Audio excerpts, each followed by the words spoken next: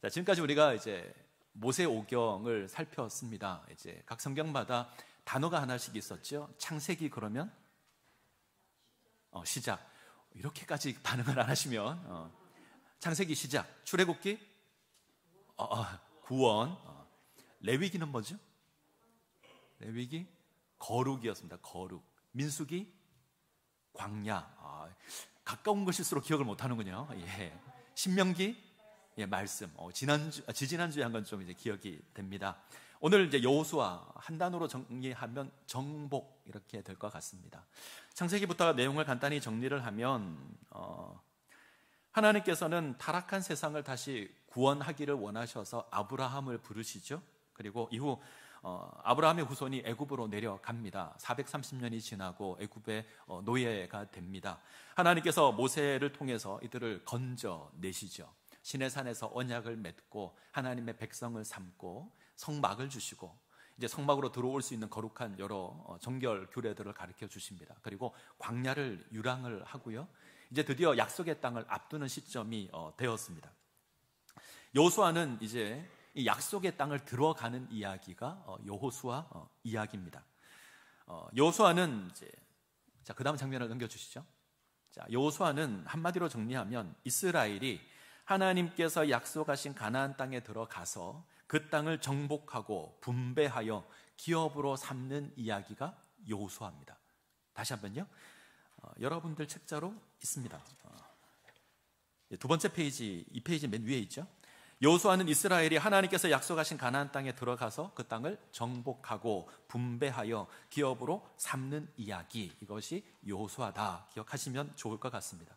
그런데 우리가 여호수아를 딱 보게 되면 좀 긍정적인 이미지도 있지만 좀 부정적인 이미지도 있습니다. 이 긍정적인 이미지는 하나님의 놀라운 역사가 등장을 하죠. 이스라엘이 요단강을 건너는데 요단강물이 갈라집니다. 홍해가 갈라지듯이 물이 넘치는 때였는데 강이 갈라져서 이스라엘 백성들이 마른 땅을 건넙니다. 이런 기적이 있고, 여리고성은 어떻게 점령하죠? 하루에 한 바퀴씩 6일 동안 돕니다. 7일째 7바퀴를 돌고 소리를 질러서 무너집니다. 해와 달이 멈추기도 합니다. 85세나 된 갈렙, 좀 이따 보겠지만 이 갈렙이 가장 강한 적이 있는 헤브론을 기업으로 정복하는 이야기도 여호수아에 있습니다. 그래서 하나님의 놀라운 역사도 경험할 수 있고 우리에게 믿음의 도전도 주고, 그래서 우리가 좋아합니다. 그런데 불편함도 있죠. 어떡하죠? 가나안 땅을 정복하고 진멸하라 그럽니다. 하나도 남기지 말고 진멸하라. 이게 왠지 우리에게 좀 불편함이 있습니다. 뭔가 우리에게 윤리적으로 잘 안 맞다. 그래서 이 가나안 정복에 요구된 이 잔인한 진멸의 법이 우리를 불편하게 하고요. 우리가 제국주의 시대라는 게 있었는데 이 기독교 제국들이 다른 나라를 정복하는 근거로 이 구절들을, 여호수아를 삼았습니다. 봐라, 하나님의 백성이 다른 민족을 정복하고 진멸하지 않느냐, 우리도 그렇게 해야 한다, 뭐 이런 생각을 가지고 이제 정당성을 찾기도 했습니다. 이런 모습들이 우리 가운데도 있습니다. 얼마 전에 청와대를 개방을 했죠. 한번 가보고 싶긴 한데, 청와대 개방하는 그날에 어떤 사람이 어떤 불상 앞에 있는 뭐를 밀어서 파손하는 일이 있었습니다. 교회 다니는 분인데 사람들이 그 앞에서 절하는 게 기분 나빠서 이제 민 거죠. 그런 게 우리 가운데 있죠. 가끔 절에 가면 락카 들고 가서 빨간색 십자가 끄시는 분들이 계십니다. 되게 미련하고 무식한 건데 그 사람들 생각에는 이런 게 있는 거죠. 악한 문화, 우상을 섬기는 것 진멸하고 없애버려야 돼. 뭐 이런 말씀을 근거로 이제 그렇게 행동을 하는 겁니다. 그 열심은 이해를 하지만 그게 도리어 안 좋은 영향을 일으킬 가망이 훨씬 더 많습니다. 그리고 되게 그 무식하고 미련한 겁니다. 그렇게 하시면 절대 안 됩니다. 근데 아무튼 여호수아가 그런 악영향을 좀 끼치고 있습니다. 그래서 우리는 툭 하면 영적 싸움을 하면 땅 밟기 해야 된다 뭐 이러면서 뭐 괜히 가만히 있는 건물 막 땅 밟고 돌아다니고 그러는데, 아무튼 조심해야 될 부분이 있습니다. 이처럼 불편한 게 있자 이제 많은 설교자들이 여호수아를 이제 영적으로 해석하기 시작을 하죠. 이것은 우리가 악한 세력과 싸우는 영적 전쟁 이야기다, 이렇게 해석하기도 하고, 이것도 좀 불편하시는 분은 이제 여호수아라는 사람을 설교하는 거죠. 좋은 믿음에 가지고 있는 믿음의 모형으로 여호수아를 생각하고 설교하기도 합니다. 그래서 흔히 우리는 여호수아를 그런 입장에서 많이 대하는데, 뭐 한편으로 도움이 되지만 때로는 좀 적절하지 않다 하는 생각도 듭니다. 여호수아는 역사적 신학적 입장에서 이해를 해야 되는데 좀 어려운데, 이 진멸의 법은 고대 중동 지역 전쟁에서 하던 겁니다. 늘 전쟁을 하면 그들은 늘상 정복지를 말살시켰습니다. 근데 그런 문화 속에 기록이 되어 있는 것도 우리가 이해해야 될 하나의 방법이고요. 이것을 오늘날 그대로 우리에게 적용하는 것은 무리가 있습니다. 아울러 이스라엘은 가나안 거민들을 다 진멸하지 못했습니다. 그들은 나름대로 쫓아내는 전쟁을 하고 심지어 성경은 가나안 땅을 정복했다라고 하지만 그들 가운데는 여전히 가나안 민족들이 남아 있었고 함께 살아가야 합니다. 자, 이런 입장에서 기록이 됩니다. 낯선 새로운 땅에 들어가서 살아야 하는데, 하나님의 약속의 땅에 들어가 살아야 하는데 그들 주변에는 누가 있죠? 믿지 않는 이방 민족들이 함께 있습니다. 그래서 함께 살아가야 되는 거죠. 중요한 신학적인 메시지가 여기 있습니다. 이스라엘은 하나님께서 선물로 주신 땅에서 하나님의 거룩한 백성으로 살아가야 하는데 그곳에 가나안 거민들이 같이 거하고 있는 겁니다. 그래서 저들과 구별된 삶을 살아가야 되죠. 자, 이런 입장에서 또 하나, 이스라엘은 원래 목축을 하던 민족입니다. 유목을 하는 유목민들이었는데 이들이 이제 가나안 땅을 소유하게 되죠. 그럼 어떻게 되죠? 농사를 짓는 겁니다. 목축을 안 하는 건 아닌데 주업이 바뀝니다. 목축업에서 농사로 바뀝니다. 자, 농사를 안 짓던 사람이 농사를 짓는 게 쉬울까요? 어렵습니다. 그러니까 어떻게 해야 되죠? 이미 농사를 짓고 있던 그 땅의 문화를 받아들여야 되죠. 빨리 마칠 생각은 없는데. 그래서 농사를 짓지 않던 사람이 농사를 짓기 위해서 그 땅의 문화를 받아들이는데, 문제는 이 문화 속에 있는 종교도 같이 받아들이는 거죠. 이 가나안 거민들이 섬겼던 신이 바알입니다. 바알은 농사의 신이고 풍요의 신이고 비의 신이고 폭풍의 신입니다. 저렇게 여기 박명수처럼 들고 있는 저게 바알입니다. 자, 이 바알의 짝이 아세라입니다. 옆에 있는 게 아세라인데 아세라는 다산의 신입니다. 이게 쾌락의 신이죠. 그럼 이제 가나안 문화는 어떤 문화죠?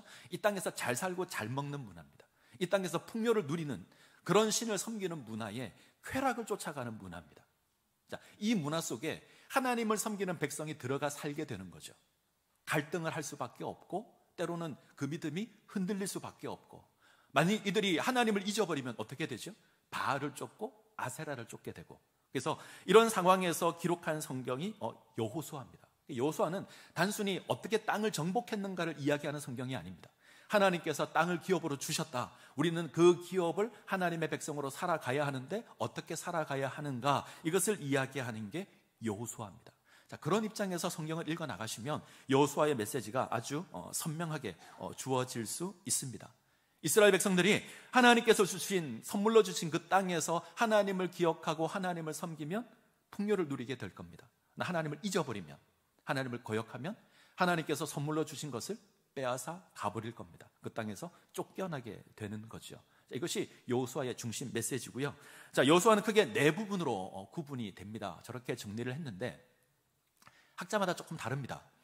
간단하게 정리하기를 좋아하는 사람은 입성과 정복을 합쳐버려서 두 개를 정복, 분배, 권면 이렇게 구분하는 사람도 있고, 저는 네 개로 구분했고 사실 처음에는 5개로 구분하려고 했는데 4개로 구분을 했습니다. 그래서 첫 번째가 이제 입성이죠. 가나안 땅으로 들어가는 겁니다.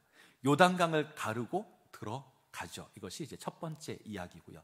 두 번째는 가나안 땅을 정복하는 이야기입니다. 대표적인 전쟁 이야기가 여리고성을 정복하는 이야기, 아이성을 정복하는 이야기, 그리고 남방연합군, 북방연합군과 싸우는 이야기가 저 속에 있습니다.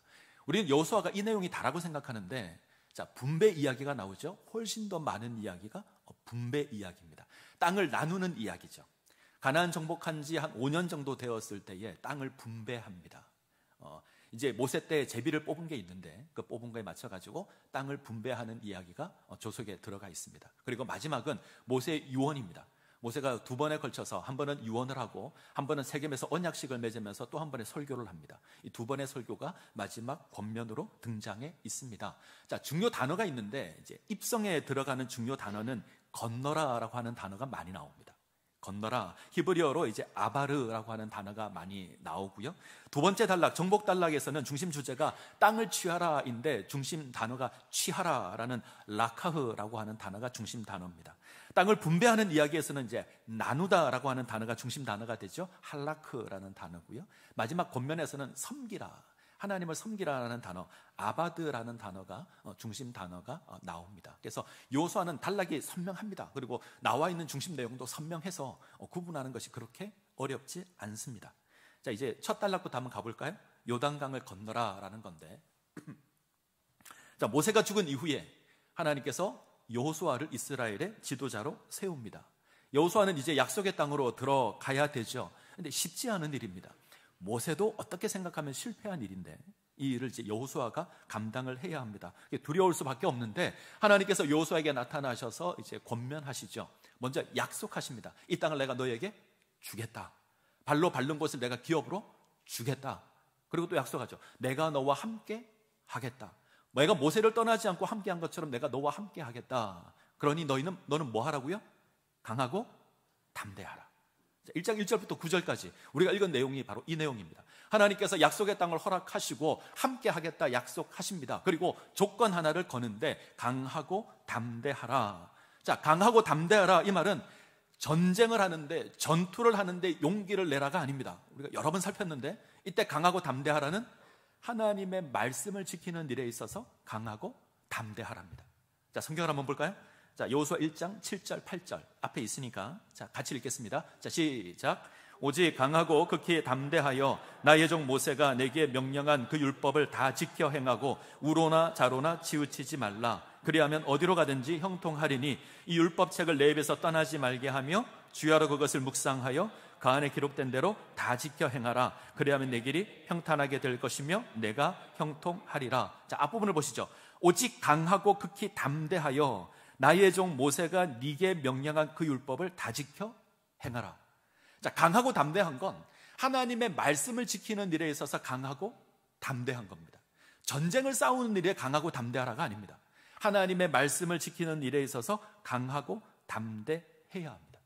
이 일이 쉽지 않기 때문에 그렇습니다. 자, 그 다음 구절부터 보면 자, 다시 한번 앞에 성경 구절 보여주시죠.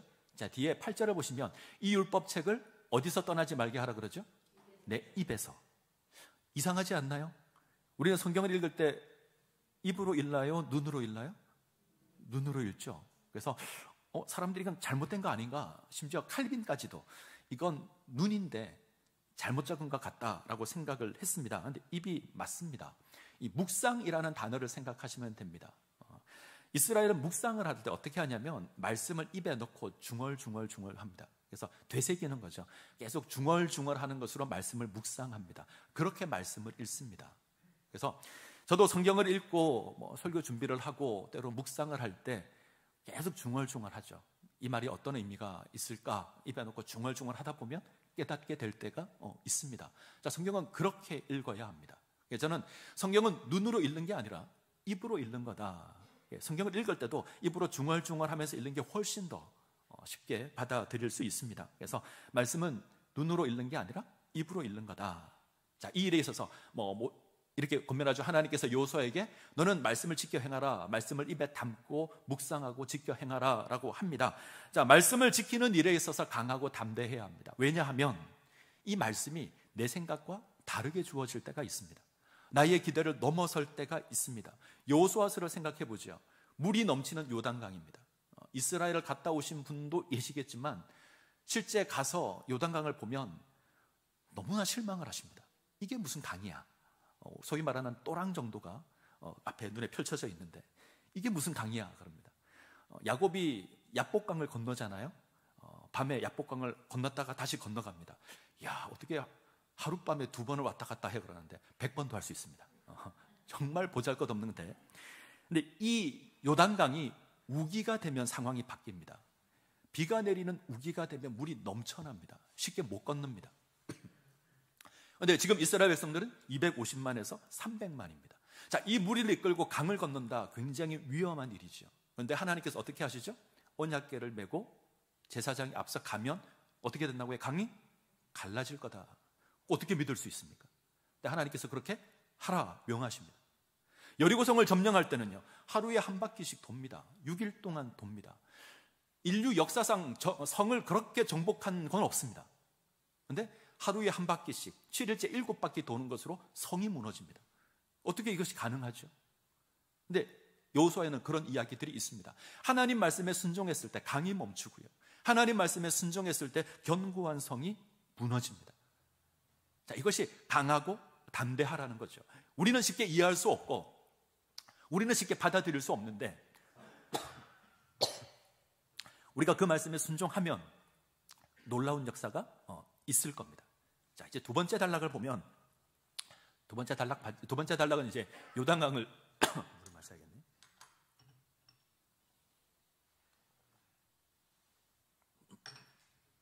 자, 여호수아를 세우는 장면이 지나서 이제 요단강을 건너가는 이야기인데, 여호수아가 2명의 정탐꾼을 이제 여리고로 보냅니다. 그리고 그곳에서 하나님께서 가나안 땅을 선물로 줬다라는 확인을 하죠. 기생 라합입니다. 라합이 하나님께서 가나안 땅을 이스라엘에게 허락했다라고 고백을 합니다. 자, 성경을 보겠습니다. 여호수아 2장 9절. 2장 9절 같이 읽습니다. 말하되 여호와께서 이 땅을 너희에게 주신 줄을 내가 아노라. 우리가 너희를 심히 두려워하고 이 땅 주민들이 다 너희 앞에서 간담이 녹나니. 라합이 고백하는 거죠. 정탐꾼을 구해주고 정탐꾼과 언약을 맺으면서 이렇게 고백합니다. 하나님께서 너희에게 이 땅을 준 것을 내가 안다. 우리가 간담이 녹았다. 간담이 녹았다, 이 말은 40년 전에 이스라엘이 썼던 표현입니다. 가데스 바네아에서 12명의 정탐꾼이 정탐하고 돌아와서 그 땅을 보고 간담이 녹았습니다. 그런데 지금은요, 가나안 땅에 사람들이 간담이 녹습니다. 40년 전에는 크고 견고한 성이 있고 아모리 족속이 있고 아낙 자손이 있어서 이스라엘이 간담이 녹았는데, 이제는 가나안 족속이 간담이 녹습니다. 자, 이 확신을 가지고 이제 요단강을 건너갑니다. 앞서 말씀드린 것처럼 우기였는데, 강에 물이 넘치는 때였는데 하나님께서 친히 길을 여십니다. 언약궤를 맨 제사장들이 발을 물속에 담그자. 이것도 신기하죠? 가면 딱 열렸으면 좋은데 제사장의 발이 물속에 담기자 강이 갈라집니다. 그리고 이스라엘이 홍해를 가르고 애굽에서 나온 것처럼 요단강을 가르고 이제 가나안 땅으로 들어갑니다. 자, 그리고 이제 세 번째 단락은 길갈에 진을 치는 거죠. 이스라엘이 가나안 땅에 들어가서 가장 먼저 진을 친 곳이 길갈입니다. 여리고에서 한 2.5km 떨어진 곳인데 사방이 뻥 뚫려 있는 곳입니다. 이곳이 가나안 정복에 있어서 중심지 역할을 합니다. 여러분들이 성경을 잘 읽어보시면 이스라엘은 끊임없이 길갈로 돌아옵니다. 여리고 치고 아이성 치고 세겜 골짜기 갔다가 길갈로 오고요. 그런 것 같죠? 그렇습니다. 그 다음에 기브온 족속이 화친을 하기 위해서 찾아온 곳이 길갈이고, 남방연합군이 쳐들어왔을 때 길갈에서 출발해서 그들을 이기고 다시 길갈로 옵니다. 북방연합군을 치고 다시 돌아옵니다. 이스라엘 백성들을 길갈에 모아서 땅을 분배합니다. 무슨 말이죠? 계속 길갈로 갔다는 이야기입니다. 이 군사적으로 중요한 위치도 아닌데, 도리어 취약한 지역인데 이스라엘은 끊임없이 길갈로 갑니다. 왜 길갈로 갈까 하는 게 중요하죠. 이스라엘의 하나님 백성됨을 가장 선명하게 확인할 수 있는 곳이 길갈입니다. 하나님께서 요단강을 가르고 이스라엘을 구원하십니다. 그래서 12도를 세우는데 이것이 길갈에 있습니다. 애굽의 수치를 벗겼다라고 해서 할례를 행합니다. 할례를 행하면서 애굽의 수치를 벗겼다. 유월절을 지키죠. 그래서 가나안 소산을 먹습니다. 하나님의 구원이 있고 하나님께서 회복해 하신 게 있고 하나님의 풍성함을 누리는 장소가 길갈입니다. 이스라엘은 40년 광야를 유랑하는 동안 할례도 행하지 않았고 유월절도 지키지 않았습니다. 심판의 기간이었거든요. 그런데 하나님께서 회복시킵니다. 그래서 이들은 길갈에 가서 하나님이 우리의 하나님이다 끊임없이 확인하는 겁니다. 이겼을 때는 하나님이 이겼게 하셨구나 확인하고, 이스라엘이 졌을 때는 우리가 왜 실패했는가를 확인하는 장소가 길갈입니다. 우리에게도 길갈이 있어야 합니다. 끊임없이 하나님의 구원의 역사가 있는, 하나님의 회복의 역사가 있는, 하나님의 풍요의 역사가 있는 그 길갈로 가셔야 합니다. 그곳이 예수 그리스도의 십자가입니다. 끊임없이 십자가를 오르시고 우리를 확인하셔야 합니다. 그때 승리의 삶을 살아갈 수 있습니다. 그래서 첫 번째 단락의 내용은 여호수아를 세우고 요단강을 건너고 길갈에 진을 쳤다라는 거고요. 자, 두 번째 단락으로 가죠. 땅을 취하라라는 장면인데 가나안 땅을 정복하는 이야기입니다. 자, 가나안 땅을 정복하는데 오랜 시간이 걸렸고 많은 전쟁도 했죠. 땅 분배하기 전까지 한 5년의 시간이 걸립니다. 5년 동안 싸움을 한 겁니다. 여호수아 12장을 보게 되면 여호수아가 정복한 성만 31개가 기록되어 있습니다. 그런데 여호수아를 보게 되면 이 모든 전쟁의 과정을 다 기록하지 않죠. 그 중에서 딱 뽑아서 기록합니다. 가장 대표적인 게 여리고성 전투와 아이성 전투입니다. 두 개를 뽑아서 기록해 놓습니다. 여호수아의 가장 중요한 중심 주제가 여기에 있습니다. 크고 견고한 성이지만 사진에 있는 성이 이제 여리고성인데, 잘 보시면 성벽이 이중으로 되어 있죠. 바깥에 성벽이 하나 있고 안쪽에 성벽이 하나 더 있습니다. 가장 견고한 성, 인류 역사상 가장 오래된 성, 쉽게 정복할 수 없는 성. 그런데 하루에 한 바퀴 6일을 돌고 7일째는 7바퀴를 도니까 무너집니다. 크고 견고한 성인데 쉽게 정복을 하죠. 그런데 아이성은요, 이 보잘것 없습니다. 가서 살펴보니 한 2, 3천 명만 올라가도 이길 수 있겠다. 그래서 3천 명 올라가는데 집니다. 주제는 선명하죠. 하나님을 의지하면 여리고를 정복할 수 있습니다. 하나님을 의지하지 않으면 아이성조차도 정복할 수 없습니다. 이것이 주제입니다. 우리가 하나님을 의지한다면 크고 견고한 성이 문제가 되지 않을 겁니다. 그런데 우리가 하나님을 잊어버리면 보잘것없는 아이성조차 우리는 감당하지 못합니다. 자, 이 이야기가 이 정복 이야기에 담겨져 있습니다. 그 외에 이제 진행을 하면 이제 남방 연합군과 싸우는 이야기, 남방의 예루살렘 왕 아도니세덱을 중심으로 한 연합군과 싸우고 이때 해와 달이 멈춥니다. 그리고 하솔 왕 야빈이 중심으로 된 북방 연합군과 싸우는 이야기가 뒤에 등장을 합니다. 자, 여기까지 땅을 취하라는 이야기고요. 자, 그 다음 장면이 이제 땅을 나누라라는 장면입니다. 여호수아 13장부터 땅 분배를 하죠. 자, 우리는 땅 분배 이야기를 잘 모릅니다. 그리고 별로 관심도 없습니다. 근데 여호수아서가 24장까지 있는데 거의 3분의 1이 넘는 내용이 땅을 분배하는 이야기입니다. 우리에게는 별 의미가 없어 보이는데 이스라엘에는 굉장히 중요하죠. 하나님께서 우리에게 땅을 선물로 주셨다라는 메시지가 여기 있습니다. 그래서 하나하나 다 확인시켜 놓습니다. 지도를 보시고 참고를 하면 이스라엘 지도의 중앙에 흐르는 강이 요단강입니다. 요단 동편을 차지한 기업이 있죠. 르우벤 지파, 갓 지파, 므낫세 지파 중에 일부, 그래서 므낫세 반지파라 부릅니다. 이 세 지파, 두 지파 반이 요단강 동쪽을 기업으로 받고요. 나머지 9지파 반이 요단강 왼쪽을 하나님의 기업으로 받습니다. 그리고 잘 보시면 그 땅이 넓은 지파가 좀 있죠. 유다 지파가 좀 크고요. 그다음에 에브라임 지파, 므낫세 지파. 그래서 예를 들면 지금 이스라엘의 가장 중심된 두 인물을 뽑으라 그러면 여호수아와 갈렙이 될 겁니다. 12 중탐꾼 중에서 의로운 보고를 했고 약속의 땅을 허락받았던 이 두 사람, 갈렙은 유다 지파고요, 여호수아는 에브라임 지파입니다. 당연히 이들의 기업이 좀 많습니다. 그걸 기억하시면 좋을 것 같고요. 여기서 중요한 게 우리가 이 땅을 나누는 이야기에서 유일하게 아는 이야기가 하나 있는데 여호수아 14장의 갈렙 이야기입니다. 이 산지를 내게 주소서라고 하는 갈렙 이야기가 이 땅을 나누는 이야기의 가장 중심된 이야기입니다. 자, 85세 갈렙이 45년 전에 하나님께 허락받은 그 땅을 요구합니다. 이 산지를 내게 주십시오. 그 땅은 헤브론 땅입니다. 그리고 그 땅을 향해 나아가서 정복하죠. 자, 우리가 주목해야 될 건 이 갈렙의 믿음입니다. 갈렙이 어떤 믿음을 가졌기에 이 헤브론을 정복하는가? 헤브론은요, 자, 45년 전에, 그러니까 40년 전에 이스라엘이 가나안 땅을 정탐하고 포기했던 이유가 아모리 족속이 있고 크고 견고한 성이 있고 아낙 자손이 있고, 아낙 자손은 거인족입니다. 이들이 아낙 자손을 보고 겁을 내어서 포기하는데 이 헤브론에는 아낙 자손이 있고요, 아낙 자손 중에 가장 세다고 하는 기럇 아르바가 있습니다. 그러니까 가나안 땅에서 가장 정복하기 어려운 땅 헤브론입니다. 그런데 갈렙이 그 땅으로 갑니다. 그리고 그것을 정복합니다. 85세의 갈렙이. 지금 이스라엘 민족을 통틀어서 가장 나이가 많은 두 사람을 뽑으라 그러면 여호수아와 갈렙입니다. 근데 이 갈렙이 이 믿음의 역사를 합니다. 우리가 갈렙의 믿음을 정리해 볼 필요가 있는데 세 가지로 정리할 수 있습니다. 하나는 하나님의 약속을 기억하는 믿음입니다. 45년 전에 하나님의 약속을 기억합니다. 하나님께서 네가 네 발로 정탐했던 그 땅을 내가 기업으로 주겠다 약속하거든요. 자, 그 약속을 45년 동안 붙들고 있습니다. 여러분들의 나이에서 45년을 한번 돌려보시죠. 어디 정도 가죠? 제 나이에서 45년을 돌리면 저 기억이 안 나는데 기억나십니까? 우리는 시간이 지날수록 뭘 잘 잊어버리고 기억하지 못하는데 갈렙은 그렇지 않습니다. 45년 전의 약속을 그대로 기억하고 있습니다. 자, 약속을 붙들고 살아가는 믿음이 있죠.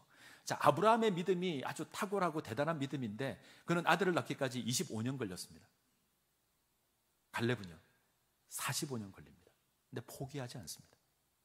자, 또 하나는 흔들리지 않는 믿음입니다. 40년 광야를 지날 때 이스라엘이 끊임없이 하나님을 거역합니다. 근데 갈렙은 한 번도 그 거역하는 무리에 가담한 적이 없습니다. 5년이 지나는 동안 저 뒤에 이제 에브라임 지파와 단 지파를 볼 텐데 가나안 땅을 정복할 때도 부정적인 모습들이 나타나죠. 심지어 요단 동편을 차지한 르우벤 지파, 갓 지파, 므낫세 반 지파는 우리 하나님의 약속의 땅으로 안 들어가겠습니다라고 했던 자들입니다. 근데 그 무리 가운데 포함되지도 않습니다. 흔들리지 않는 믿음을 지켰던 사람이 갈렙입니다. 자, 또 하나 상황을 넘어서죠. 85세라는 나이를 넘어서고요. 그리고 기럇 아르바라고 하는 가장 강한 적이 있는 그것을 넘어서는 자가 갈렙입니다. 자, 이 믿음이 우리에게 요구됩니다. 하나님의 약속을 기억하셔야 합니다. 흔들리시면 안 됩니다. 주어진 상황을 넘어설 수 있어야 합니다. 이것이 하나님 백성의 모습입니다. 이 갈렙 같은 믿음을 지니시기 바랍니다. 그때 우리가 승리할 수 있습니다. 자, 갈렙이 이제 이상적인 모델이라면 이제 부정적인 모델이 둘 있는데 에브라임 지파와 단 지파입니다. 우리가 이 이야기는 잘 모르죠. 에브라임 지파는 정확하게 하면 요셉 지파는 자 이제 야곱의 양자를 삼아서 에브라임과 므낫세로 나뉘게 되는데 이들이 생각할 때 우리는 백성이 많은데 땅이 좁다고 생각합니다. 그래서 불평을 하죠. 우리에게 주어진 기업이 마음에 안 듭니다. 우리가 좁습니다. 그러자 여호수아가 그러면 너희는 저 가나안 땅의 산지를 차지해서 개간하라 그러는데 여전히 불평을 자아냅니다. 그 땅이 마음에 안 들고 그 땅에는 철병거가 있고 우리 안 할랍니다. 이랬던 게 에브라임 지파, 이 요셉 지파입니다. 부정적인 모델이죠. 자, 또 하나 단 지파는 더합니다. 자, 단 지파는 주어진 땅을 아예 포기해 버립니다. 자, 지도를 잘 보시면 유다 바로 위에 단이 있죠. 맞습니까? 원래 저기를 기업으로 봤습니다. 근데 저 꼭대기에 가면 므낫세 옆에 단이 하나 더 있죠. 자, 원래 주어진 단을 포기하고 위로 갑니다. 이해가 되십니까? 성경에는 기업이 넓어졌다라고 여호수아는 기록하지만 사사기에 가면 땅을 잃어버립니다. 대표적인 게 이 해변 지역에 있는 가나안 족속을 못 이깁니다. 대표적인 게 블레셋입니다. 이길 수 없어서 포기하고 북쪽으로 가서 멀쩡하게 있는 땅을 정복해서 자기 땅으로 삼습니다. 그래서 단지파는 하나님께서 주신 그 기업을 포기한 지파로 등장을 하죠. 그래서 유다의 갈렙과 같이 이제 온전한 모범이 되는 모델도 있는 반면에 이제 부정적인 모델도 있습니다. 불평을 자아내거나 혹은 그 땅을 포기해 버리거나, 자, 이런 모습들에 대한 경고도 오늘 본문에 주어지고 있습니다. 자, 이제 마지막 단락으로 가죠. 여호와를 섬기라. 자, 여호수아의 마지막은 이제 온 이스라엘을 향한 여호수아의 가르침이 주어지는데 첫 번째가 여호수아의 고별 설교, 두 번째가 세겜에서의 언약, 두 가지가 주어집니다. 이 두 가지를 통해서 여호수아는 여호와 하나님을 섬겨야 한다라고 이야기를 하죠. 그래서 하나님께서 여호수아의 고별 설교의 중심 주제는 이겁니다. 하나님께서 너희를 위하여 싸우셨다. 그 하나님을 기억하고 그 하나님을 섬겨라. 이게 중심 주제고요. 세겜 언약은 이스라엘 역사를 쭉 훑습니다. 아브라함부터 하죠. 너희 조상 아브라함이 저 강 건너편 메소포타미아에 있을 때 하나님께서 부르셨고 약속의 땅으로 인도하셨고 그의 후손들을 번성하게 하셨고 애굽 땅에 내려갔는데 하나님께서 모세와 아론을 통해서 애굽에서 구원하셨고 시내산에서 언약을 맺고 광야를 인도하셨고 이 약속의 땅을 구원해 주셨다. 약속의 땅을 허락해 주셨다. 이 이야기가 세겜 언약에 등장을 합니다. 자, 그 언약을 잘 보시게 되면 내가, 하나님을 의미하는 내가라는 단어가 14번 이상 나옵니다. 내가 불러내었고 내가 건져내었고 내가 인도하였고 내가 허락했다. 하나님께서 계속 내가라는 표현을 쓰시면서 말씀하십니다. 지금 이스라엘을 이스라엘 되게 한 것은 이스라엘이 아니라 하나님입니다. 하나님께서 그렇게 하셨습니다. 그래서 세겜 언약에는 이스라엘의 하나님 여호와가 선포가 됩니다.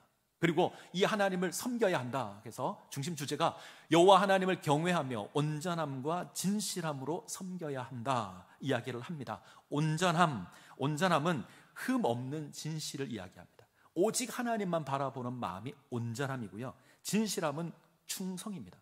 그 하나님을 섬기는 겁니다. 특별히 흔들리지 않는 겁니다.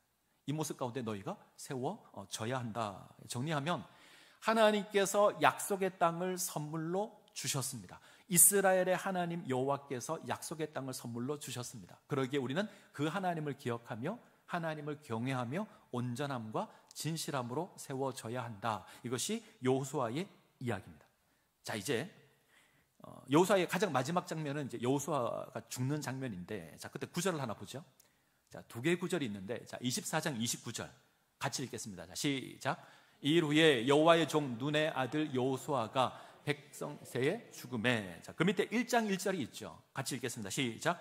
여호와의 종 모세가 죽은 후에 여호와께서 모세의 수종 눈의 아들 여호수아에게 말씀하여 이르시되, 자, 모세를 소개하는 장면인데, 소개를 하고 있는데 뭐가 바뀐 게 하나 있습니다. 뭐가 바뀌죠? 1장 1절에서는 여호수아를 어떻게 고백했죠? 모세의 수종자 눈의 아들. 24장 29절에서는요, 여호와의 종 눈의 아들 여호수아. 바뀌었죠.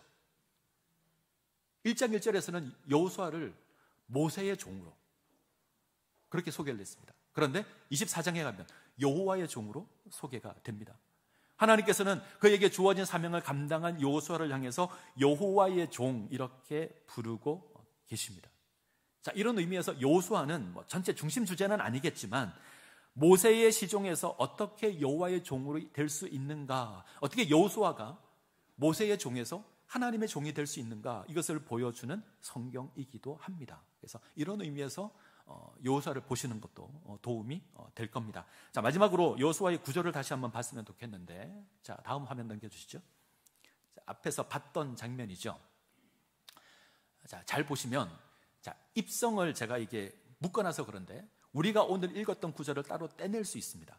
1장 1절부터 9절까지 여호수아를 세우는 장면이죠. 자, 그러면 요단강을 건너서 가나안 땅에 들어가는 입성 이야기, 땅을 정복하는 이야기, 땅을 분배하는 이야기, 이 이야기가 중심에 있고요. 양쪽 끝에 뭐가 있냐면, 한쪽은 하나님의 말씀을 듣고 지키는 일에 강하고 담대하라. 이쪽 끝에는요, 여호와 하나님을 온전히 섬기라 하는 이야기가 있습니다. 이해가 되십니까? 양쪽 끝에 하나님의 말씀을 듣고 지키라는 이야기로 시작을 하고 하나님을 섬기라는 이야기가 있고요. 그 사이에 강을 건너고 땅에 들어가고 땅을 정복하고 땅을 분배하는 이야기가 있습니다. 무슨 말이냐면, 하나님의 말씀을 듣고 지키는 일에 강하고 담대하면, 하나님을 온전히 섬기면 가나안 땅에 들어가서 그 땅을 정복하고 그 땅을 차지하게 된다. 이것이 여호수아가 하고 싶은 이야기입니다. 자, 이 모습 가운데 우리가 세워질 수 있기를 원합니다. 여호수아는 승리의 삶을 살아가는 비결을 이야기합니다. 그 비결은 하나님의 말씀을 듣고 지키는 겁니다. 강하고 담대함으로 하나님의 말씀을 지키는 겁니다. 그리고 여호와 하나님을 온전히 섬기는 겁니다. 온전하고 진실되게 그 하나님을 기억하고 섬기는 겁니다. 그때 우리가 놀라운 풍요를 누리게 될 겁니다. 자, 다음 시간에 사사기를 볼 텐데, 애석하게도 사사기는 이 일에 실패한 이야기입니다. 이들이 왜 실패하게 되었는가 다음 주에 살펴보도록 하겠습니다. 자, 기도하겠습니다.